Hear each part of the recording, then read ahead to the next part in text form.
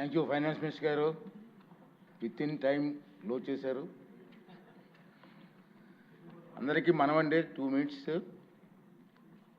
ఈరోజు ఈ బడ్జెట్ గురించి మీరంతా విన్నారు.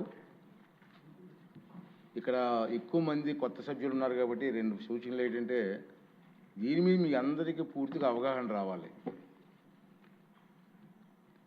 ఈ కష్టకాలంలో నేను చాలా బడ్జెట్లు చూసాం, చాలామంది సీనియర్ నాయకులు ఉన్నారు, చాలా బడ్జెట్లు చూసాం.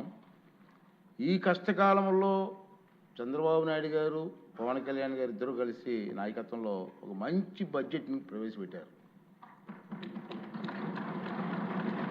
ఎందుకంటే కష్టకాలంలో మిగతా రోజులు వేరు, నష్టపోయిన రాష్ట్రంలో ఈ బడ్జెట్ గురించి ప్రతి ఒక్కరికి కూడా పూర్తి అవగాహన కావాలి. ఇక 2 రోజులు టైం ఉంది మనకి. రేపు ఎల్లుండి కూడా సెలవు ఇస్తున్నాం. మళ్ళీ మండే వస్తాం మనం. 3 days దీని మీద డిస్కషన్ ఉంటుంది. మీరు ఏదో మాట్లాడడం కోసం కాదు, మీకు అవగాహనతో, పూర్తి అవగాహనతో ఈ సబ్జెక్టు మీద మీరు ఇక డిస్కస్ చేయాలి.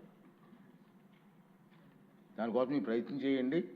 మనందరం కలిసి నష్టపోయిన రాష్ట్రాన్ని కాపాడడం కోసం ముఖ్యమంత్రి గారికి, ఉప ముఖ్యమంత్రి గారికి మనందరం కూడా అండగా ఉండి ఈ రాష్ట్రాన్ని కాపాడుకోవాల్సిన బాధ్యత మనందరి మీద ఉందని మాత్రం మర్చిపోవద్దు.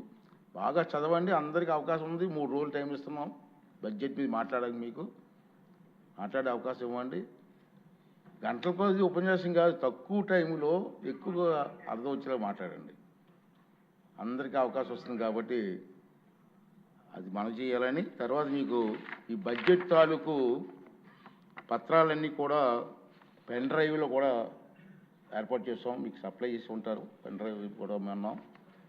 రెండవది ఏంటంటే, సభ్యులందరికీ వాట్సాప్ గ్రూపులు కూడా ఏర్పాటు చేసి ఉన్నాయి కాబట్టి దాంట్లో ఈ బడ్జెట్ వివరాలన్నీ కూడా వాట్సాప్ గ్రూపులో పెట్టి ఏర్పాటు చేస్తున్నాం. మీరు ఈ 2 days హాలిడేస్లో క్షుణ్ణంగా చదివి, నేను కూడా ఇది చదవడం కాదు, అసెంబ్లీలో మాట్లాడడం కాదు, అసెంబ్లీ అయిన తర్వాత బయట కూడా మీ కాన్స్టిట్యున్సీల్లో సరళమైన భాష ప్రజలకు అర్థమయ్యే విధంగా ఈ బడ్జెట్ గురించి మీరు చెప్పవలసిన బాధ్యత మనందరి మీద ఉందని చెప్పి కూడా ఈ సందర్భంలో మీకు మనం చేస్తున్నానండి. ఇప్పుడు